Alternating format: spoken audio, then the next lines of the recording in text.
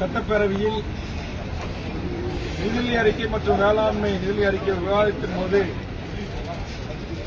சில முக்கியமான விவாதம் இடஒதுக்கீட்டை குறித்தும் சாதிவாரி கணக்கெடுப்பை நடத்தி குறித்தும் அதுபோன்று நம்முடைய தமிழ் மொழி ஆட்சி மொழியை குறித்தும் விவாதம் வந்தது.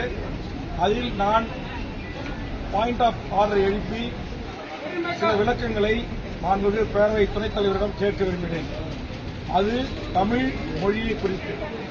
தமிழ் வழியில் படித்த தமிழ்நாட்டு இளைஞர்களுக்கு தமிழ்நாடு அரசு காவல்துறையில் வேலைவாய்ப்பு கடந்த அதிமுக ஆட்சி காலத்தில் மறுக்கப்பட்டது.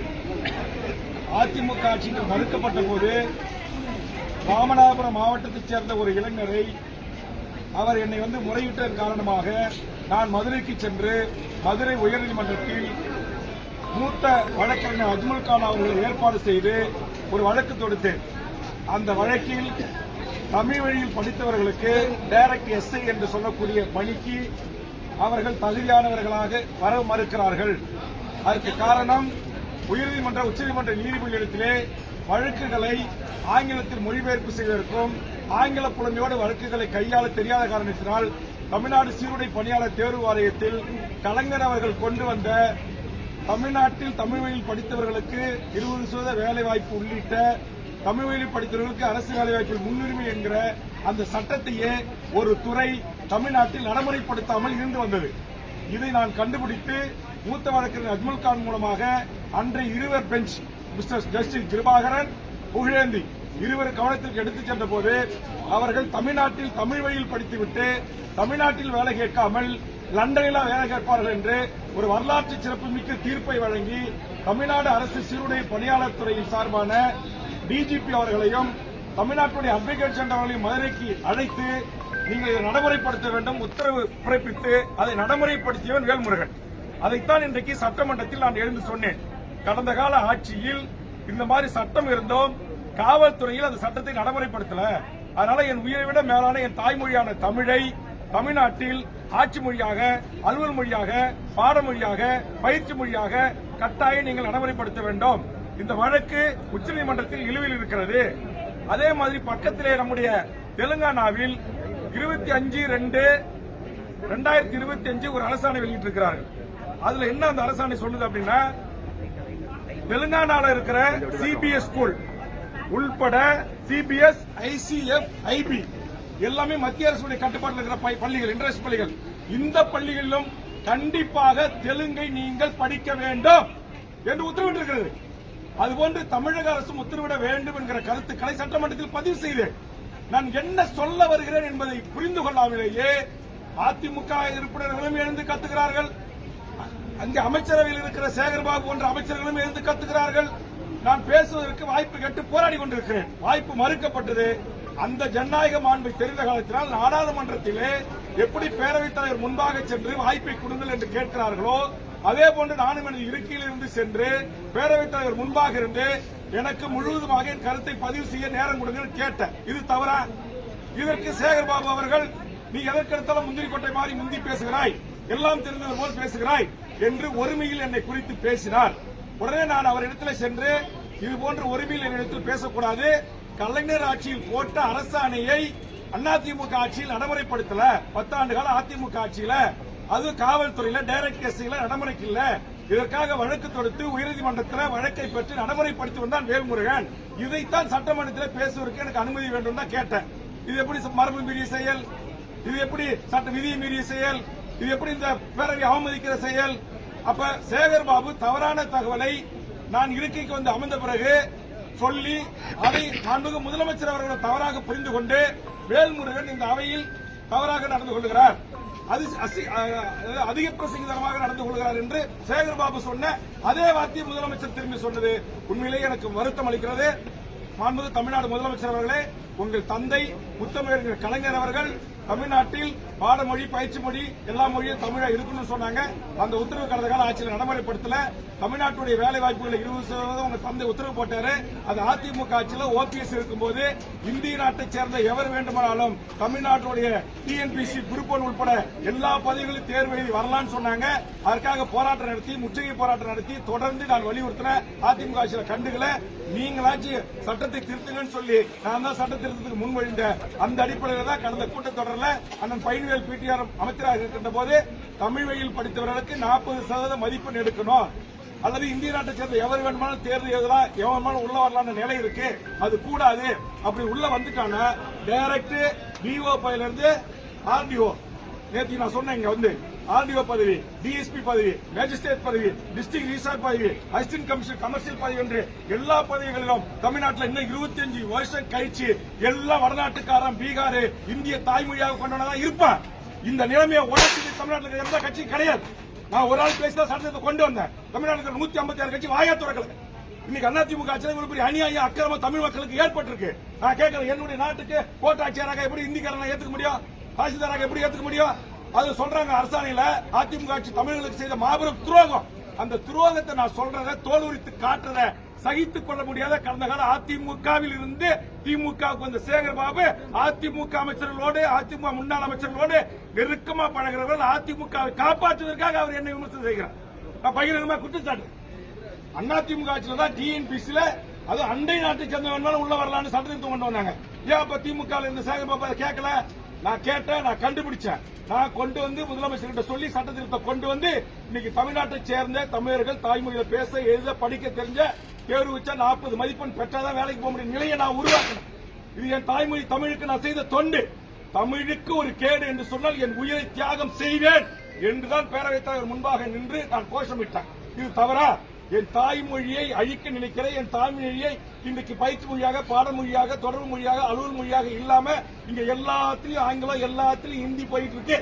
அதெல்லாம் நான் சொல்கிறேன், என் உயிரை விட மேலான என் தாய்மொழிக்கு ஒரு இழக்கு என்றால், ஒரு அவமானம் என்று சொன்னால், இந்த சட்டமன்றத்தில் என் தாய்மொழி குறித்து நான் பேசுவதற்கு நேரம் கிடைக்கவில்லை என்று சொன்னால், பேரவைத் தலைவர் முன்பாக சென்று பாயிண்ட் ஆஃப் ஆர்டரை எழுப்பி நேரத்தை கேட்டு பேசுவதற்கான உரிமை மக்களால் தேர்ந்தெடுக்கப்பட்ட சட்டமன்ற உறுப்பினராக இருக்க எனக்கு இருக்குது. இது எந்த விதத்தில் விதிக்கு முரணானது அல்ல. 3 முறை சட்டமன்ற உறுப்பினராக இருக்கிற ஒருவன் விதிகளை முரண்பாக்க நான் கேட்கிறேன். கவர்னர் வரும்போது போய் அங்க நின்று ஜனநாயக பதாகை பிடிக்கிறதுக்கு முழக்கம் போடுறதுக்கு அனுமதிக்குதா? கடந்த காலத்தில் அனுமதிச்சிருக்கீங்களா? அப்ப அதிமுக உறுப்பினர் தினந்தோறும் பேரவைத் தலைவர் முன்பாக வந்து உட்கார்ந்து மறியல் பண்றாங்களா இல்லையா? முழக்கம் பண்றாங்களா இல்லையா? அது மரபு விதி செய்யலாம். தகராறு பண்ணல, எந்த வம்பு தும்பும் அல்ல. என் தாய்மொழி தமிழ் இந்த பெயர் பலகைகள்ல இல்ல, ஆட்சி மொழியா இல்ல, அலுவல் மொழியா இல்ல, கோப்புகள்ல இல்ல. இங்க வரலாற்று அதிகாரி வந்து உயர்துறை அதிகாரிகளா செயலாளரா காவல்துறையில வந்து உட்காந்துக்கிட்டு இங்க டைரக்ட் எஸ்ஐக்கு நான் தமிழ் வழியில படிச்சவனை எடுத்தானாக்கா அவன் உயர்நீதிமன்றத்தில் உச்சநீதிமன்றத்தில் வழக்கு அபிடோட் தாக்கல் பண்றதுக்கு தகுதியானவன ஆங்கிலத்தில் அவனால பண்ண முடியாது. அப்ப நாங்க தமிழ் வழியில படிச்ச தமிழர்கள் நாங்க எங்க போறது? நீ வாடா என் தமிழை கட்டிக்கிட்டு என் நாட்டில் வேலை செய்ய. தெலுங்கானா உத்தரவு போட்டிருக்கா இல்ல? சிபிஎஸ் ஸ்கூல்லயே நீங்க என்ன பண்ணி உத்தரவு நான் படிக்கிறேன். 27 இணையத்தில் தட்டி பாருங்க. அந்த உத்தரவை காட்டி நான் பேச போராடுறேன், பேச அனுமதி கேட்கிறேன். அனுமதி மறுத்து நான் தகராறு செய்கிறேன்னு சொல்றாங்க. நான் தகராறு செய்ய நோக்கம் இல்ல. என் தாய்மொழி தமிழுக்கு இழக்க ஏற்பட்டது. 10.5% அதே மாதிரி நான் சொன்னேன். உயர்நீதிமன்றத்தில் உச்சநீதிமன்றத்தில் எங்கேயும் தடை இல்ல. அதனால மாண்புமிகு முதலமைச்சர் சாதிவாரி கணக்கெடுப்பு நீங்க நடத்தலாம். எல்லா சாதிகளுக்கும் அவர்கள் எண்ணிக்கை ஏற்றவாறு இடஒதுக்கீடு வழங்குன்னு நான் சொல்றேன். இதை சொன்ன சேகர்பாபு எழுந்து கத்துறாரு. எதுக்கு எழுதுதான் நீனே எழுந்து பேசுறேன். நான் கேட்கிறேன், அங்க அந்த பக்கம் துணை முதலமைச்சர் உட்கார்ந்துருக்காரு, இத்தனை அமைச்சர்கள் இருக்காங்க, யாருக்கும் வராத கோப்பம் ஏன் சேகர்பாபு வருது? என் தாய்மொழியை குறித்து நான் பேசுகிறேன். உங்களுக்கு என்ன பிரச்சனை? என்ன பிரச்சனை உங்களுக்கு சேகர்பாபு அவர்களே? என்ன பிரச்சனை? 10.5% சாதி இடஒதுக்கீடு உச்சநீதிமன்றத்தில் தடையில்லைன்னு சொல்றது உங்களுக்கு என்ன பிரச்சனை? சாதிவாரி கணக்கெடுப்பு நடத்தி தமிழ் சாதிகளுக்கு அவர்களுக்கு எண்ணிக்கை ஏற்றவர்களுக்கு இடஒதுக்கீடு கொடுக்கின்றதுல உங்களுக்கு என்ன பிரச்சனை? என்ன பிரச்சனை? இங்கே மொழி வழி சிறுபான்மையாக இருக்கக்கூடிய எல்லா மக்களுக்குமாகத்தான் நான் சாதிவாரி கணக்கெடுப்பு நடத்துறேன். அப்ப என்னுடைய கோட்பாட்டை, என்னுடைய லட்சியத்தை, என்னுடைய கருத்தை, என்னுடைய பிரச்சனை, நான் எந்த பிரச்சனையை நான் பேச வருகிறேன் என்பதை புரிந்து கொள்ளாமலேயே மிக மோசமாக கூச்சலிடுவது. இந்த பக்கம் அதிமுக எம்எல்ஏ அவர் யார் ஒருத்தர் கோவிந்தசாமியா, அவரு முனுசாமி வேல்முருகன் பேச்ச நீக்கு, இந்த பக்கம் உதயகுமார் வேல்முருகன் பேச்சு அவைக்குறிப்பு நீக்கு. என்ன வேல்முருகன் சட்டத்துக்கு புறமா பேசிட்டான்?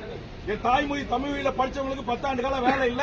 என் தமிழ்நாட்டை சேர்ந்த இளைஞர்களுக்கு வேலை தராம நீங்க அண்டை மாநிலத்தை சேர்ந்த இந்தியாவை சேர்ந்த எவரு வேணுமாலும் வந்து இங்க வேலைக்கு சேரலான்னு போட்ட உத்தரவை தோல் உரித்து காட்டின, அதை மாத்த செஞ்ச, அதுக்காக அவங்களுக்கு ஆத்திரம்.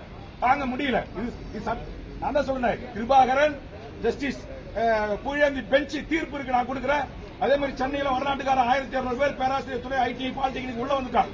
லிஸ்ட் ஓட்டும் போது தான் தெரியுது சர்மா குருமா பத்திரிகை மூத்த பத்திரிகையாளர் தெரியும். நான் தான் போராட்டம் பண்ணி தடுத்தேன். நான் தான் சென்னை உயர்நீதிமன்றத்தில் என்னுடைய சார்பாக வழக்கறிஞர் பொதுநல வழக்கு போட்டு அதுல குண்டாசுல உள்ள போட்டேன்.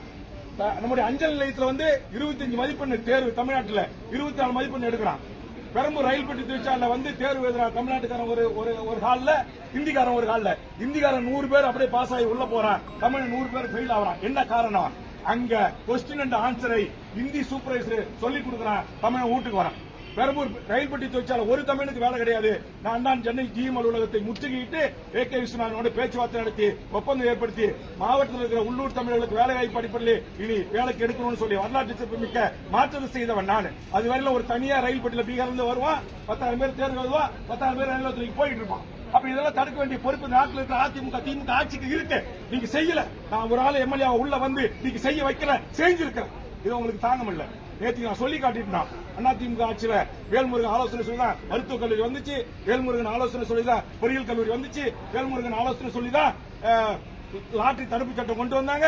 அதே மாதிரி மணல்குமாரி அரசுரிமையாக்க நான் சொன்ன உடனே 2 கட்சிக்கும் சேர்ந்து இருக்கிற சேகர்பாபு போன்றவர்களுக்கும் இங்க சொன்ன இவங்களுக்கும் உதயகுமார் போன்றவர்களுக்கும் அப்படியே பத்திக்கிட்டு எரியுது.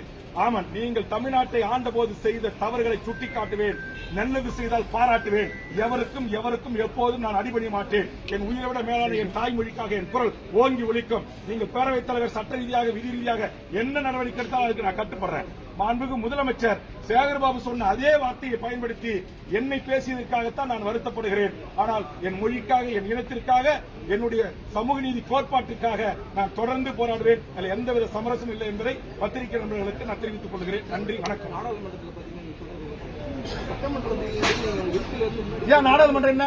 இந்திய நாட்டில் இருக்கிற 120 கோடி மக்களுக்குமே மாண்பு மிக்கது நாடாளுமன்றம். அந்த நாடாளுமன்றத்திலேயே நாடாளுமன்ற உறுப்பினர்கள் பேரவைத் தலைவர் சூழ்ந்து கோஷமிடுவதற்கு பேசுவதற்கு வாய்ப்பு இருக்கு. நான் நேற்றுக்கு பாராட்டினேன்ல, நம்ம தமிழ்நாட்டை சேர்ந்த நாடாளுமன்ற உறுப்பினர்கள் எவ்வளவு அற்புதமா 1 to 1 பாயிண்ட் பண்ணி அழகா சங்கி அமைச்சர்களை லெப்ட் அண்ட் ரைட் வாங்குறாங்க. அவர் எவ்வளவு ஆவசத்தோட பேசுறாங்க. அது பிரதமர், உள்துறை அமைச்சர் எல்லாரும் கேட்டுட்டு தானே இருக்கிறாங்க. இங்கே கேட்க இருக்கிறீங்க. ஏன் கோவம் வருது? என்ன மரபு இல்லையா? அதிமுக உள்ள வந்து மேல உட்காரலாங்க. வெளிநடப்பு செல்ல அவங்களதான் வெளிநடப்பு செஞ்சாங்க.